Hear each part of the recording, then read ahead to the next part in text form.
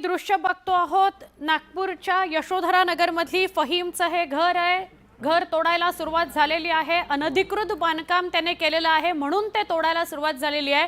आधी महापालिकेने नोटीस पाठवलेली होती काही दिवसांपूर्वी आणि त्यानंतर ही तोडक कारवाई होतीये। त्याला जी जागा मिळालेली होती, आमचे प्रतिनिधी उदय पण आपल्या सोबत जोडले गेलेले आहेत। उदय, कारवाईला सुरुवात झाली आहे। सुवर्णा, खरं तर कारवाईला अखेर जी आहे ती सुरुवात झालेली आहे। राज्यातली अशा पद्धतीनं देशद्रोह करणाऱ्या विरोधामधली ही पहिलीच जी आहे ती कारवाई केली जाते। त्यामुळे सरकारनं जो काही देशद्रोही आहेत त्यांना दिलेला हा कडक इशारा म्हणावा लागेल आणि हा इशारा आता फक्त शब्दांपुरतं मर्यादित न राहता प्रत्यक्षात उतरायला सुरुवात झालेली आहे। कारण नागपूर दंगलीचा जो मास्टर माइंड फहीम खान होता, त्या फहीम खानच्या घराच्या तोडकामाला अखेर आता सुरुवात झालेली आहे। आपण सुरुवातीला पाहिलं होतं की फहीम खानच्या घरासमोर जे टिनाचं शेड तयार करण्यात आलं होतं आणि जी कंपाऊंड वॉल तयार करण्यात आली होती ती तोडण्यात आली होती। दुमजली हे घर आहे, त्यामुळे हे घर पाडत असताना जे आहे ते इथं असलेल्या छोट्या गल्ल्यांची अडचण महानगरपालिकेला होती। त्या अडचणींवर मार्ग काढण्याचा प्रयत्न केला जात होता। या भागामध्ये असलेल्या महावितरणच्या लाईन्स आणि त्या इलेक्ट्रिक पोलमुळे या तोडकामाला अडचणी येण्याची शक्यता होती।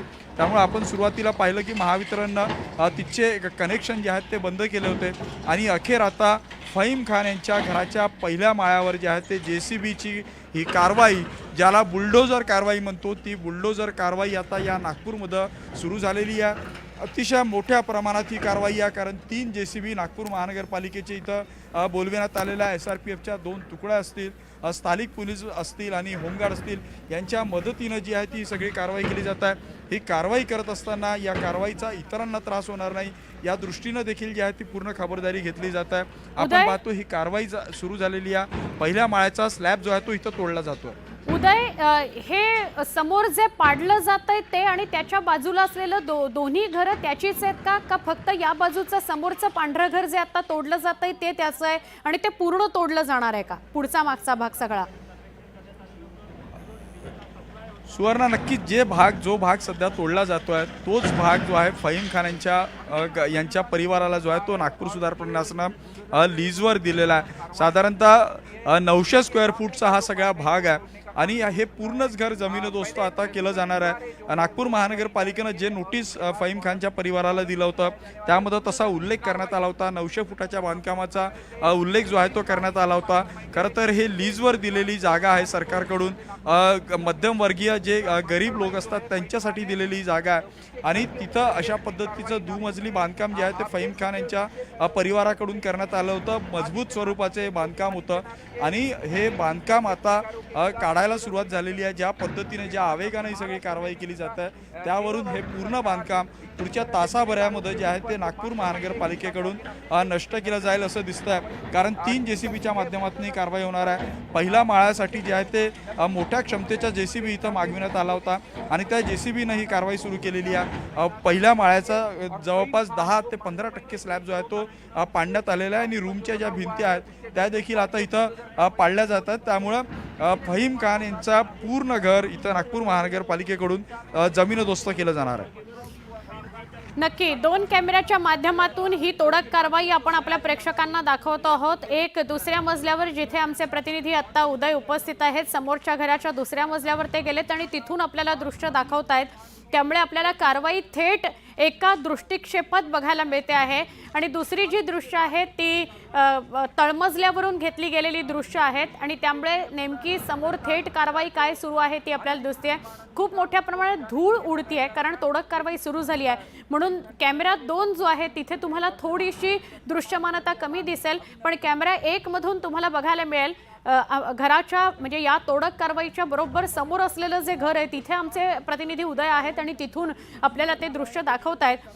उदय, ही तोडक कारवाई झाली, एक प्रकारे देशविघातक कृत्य करणं आणि अनधिकृत बांधकाम करणं किंवा आपल्या पदाचा गैरवापर करून अशा प्रकारे बांधकाम करून घेणं, ह्या सगळ्या लोकांना चाप बसेल अशी ही कारवाई आहे।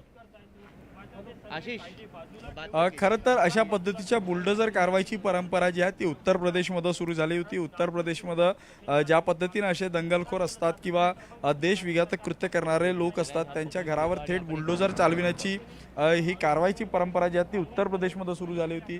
महाराष्ट्रामध्ये अशा पद्धतीची कारवाई जी आहे ती केली जात नव्हती. मात्र आता महाराष्ट्र सरकारनं देखील देशविघातक कृत्य केलं जाणार असेल तर त्याची कुठल्याही पद्धतीनं गय केली जाणार नाही. कारण नागपूरमध्ये मुख्यमंत्र्यांनी सांगितलं होतं की जे काही नागपूरमध्ये दंगल झाली आणि त्या दंगलीमुळं जे काही नुकसान झालं होतं त्या नुकसानीची भरपाई या दंगलखोरांकडून केली जाणार होती. वेळप्रसंगी त्यांची घरं देखील जप्त केली जाणार होती आणि बुलडोझर चालवलं जाणार होतं. मुख्यमंत्र्यांनी जे काही बोललंय त्याच्या 48 तासाच्या आत ही कारवाई जी आहे ती नागपूरमध्ये सुरू झालेली आहे. त्यामुळे आता महाराष्ट्रामध्ये हा नवा बुलडोझर पॅटर्न या निमित्तानं जो आहे तो आता मुख्यमंत्री देवेंद्र फडणवीस यांना लागू केला असं म्हणावं लागेल. कारण मुख्यमंत्री या शहरातून येतात, राज्याचं गृहमंत्रीपद त्यांच्याकडे आहे आणि इथून पुढे जर असा दोन जाती तेढ निर्माण केली जात असेल देशाच्या सुरक्षेच्या बाबतीत किंवा देशातल्या लोकांची डोके भडकवली जात असेल तर त्यांना कुठल्याही पद्धतीनं सोडलं जाणार नाही. त्याच्यावर कठोरात कठोर कारवाई मग ती न्यायालयाच्या माध्यमातून तर केलीच जाईल. मात्र जर अशा पद्धतीनं अवैध बांधकाम केलं जात असेल, नियमबाह्यपणानं प्लॉट जर शासकीय प्लॉट मिळवले जात असेल तर त्याच्या विरोधात सरकारची इथून पुढे काय रणनीती असेल ती रणनीती दाखवणारी ही सगळी दृश्य आहे असं म्हणावं लागेल. राज्यातल्या देवेंद्र फडणवीस सरकारचं आता नवं मिशन काय हे या निमित्तानं समोर येतं.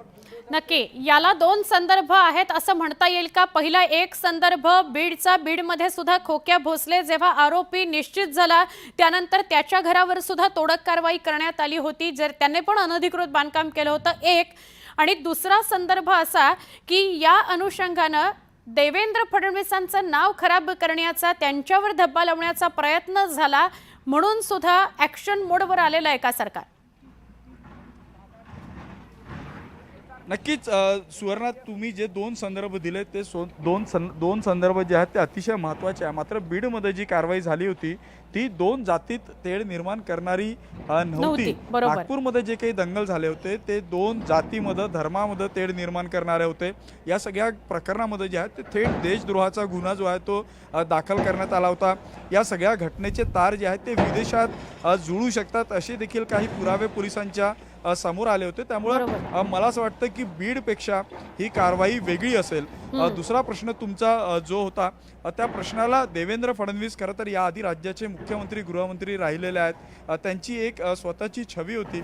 मात्र गेल्या काही दिवसामध्ये राज्यामध्ये ज्या पद्धतीनं दोन जातीमध्ये तेढ निर्माण होईल किंवा दोन धर्मामध्ये तेढ निर्माण होईल अशा काही गोष्टी ज्या आहेत त्या घडत आहेत. मग त्यात औरंगजेबाच्या कबरीचा मुद्दा असेल, या सगळ्या गोष्टी घडत आहेत. त्यामुळं हे सगळं घडत असताना देशाच्या सुरक्षेच्या बाबतीत, देशाचा धार्मिक एकोपा जपण्याच्या बाबतीत कुठल्याही पद्धतीचं कॉम्प्रोमाइज केलं जाणार नाही असा इशारा जो आहे तो या निमित्तानं आता फडणवीसांकडून दिला जातोय. त्यामुळं मुख्यमंत्री असताना गृहमंत्री म्हणून ते किती ॲक्टिव्ह आहे. कारण आपण अनेकदा पाहिलं होतं की देवेंद्र फडणवीस यांनी मुख्यमंत्री असताना गृहमंत्रीपद स्वतःकडे ठेवू नये, राज्यातली कायदा व्यवस्था अबाधित राहत नाही असा आक्षेप जो आहे तो घेतला जात होता. त्यामुळे आता या कारवाईच्या निमित्तानं देवेंद्र फडणवीस मुख्यमंत्री असताना गृहमंत्री म्हणून देखील किती सक्षम आहे हे दाखवून देण्याचा प्रयत्न केला जातो असं म्हटलं तर वावगं ठरणार नाही. सुवर्ण, नक्की उदय असेच सोबत रहा. एकदा आपण आपल्या प्रेक्षकांना पुन्हा एकदा सांगूया, यशोधर नगर नागपूर इथली ही दृश्य, फहीमचं घर या ठिकाणी आहे. अनधिकृत बांधकाम त्याने केलेलं आहे. ते सगळं अनधिकृत बांधकाम आता पाडलं जात आहे. 3 JCB बोलवले गेलेले आहेत. काही वेळापासून ही तोडक कारवाई सुरू आहे. आता तर मुख्य जो हॉलचा भाग आहे तो पाडला जातोय. आधी सुरुवातीला समोरचे पत्रे पाडले गेले, बाजूला असलेलं जे फेन्सिंग होतं ते पाडलं गेलं आणि नंतर पहिला मजला पाडला गेला. पहिल्या मजल्यानंतर आता ग्राउंड फ्लोअरचा जो हॉल आहे तो पाडला जातो आहे. हे पूर्ण अनधिकृत बांधकाम पाडलं जाणार आहे आणि हे पाडत असताना कुठलाही अनुचित प्रकार घडू नये म्हणून पोलीस बंदोबस्त ठेवण्यात आलेला आहे. आजूबाजूच्या घरांना कुठली इजा होऊ नये याची काळजी सुद्धा JCB चालवणारे घेत आहेत, मनपा अधिकारी घेत आहेत. मनपाचे अधिकारी सुद्धा खूप मोठ्या प्रमाणात या घटनास्थळी दाखल झालेले आहेत. यातून स्ट्रेट वे मेसेज द्यायचा आहे सरकारला आणि नागपूर महापालिकेला की जो देशविघातक कृत्य करेल, जो जाती धर्मात तेढ निर्माण करण्याचा प्रयत्न करेल, अशा कुठल्याही कृतीला थारा दिला जाणार नाही, अशा कुठल्याही व्यक्तीला थारा दिला जाणार नाही. नागपूरमध्ये सोमवारी जी दंगल उसळलेली होती त्या दंगलीचा मास्टरमाइंड फहीम याच्या घरावर ही तोडक कारवाई होते आहे। अनधिकृत बांधकाम तर त्याने केलेलं आहेच, सरकारची महापालिकेची दिशाभूल सुद्धा केलेली आहे। परिस्थिती ज्याची चांगली नाही अशांना लीजवर सरकार अशा प्रकारच्या जमिनी देतं आणि त्यावर घरं बांधतं, पण त्यात सुद्धा खोटं बोलून ही जमीन घेतली गेली आहे असाच विषय समोर येतो आहे।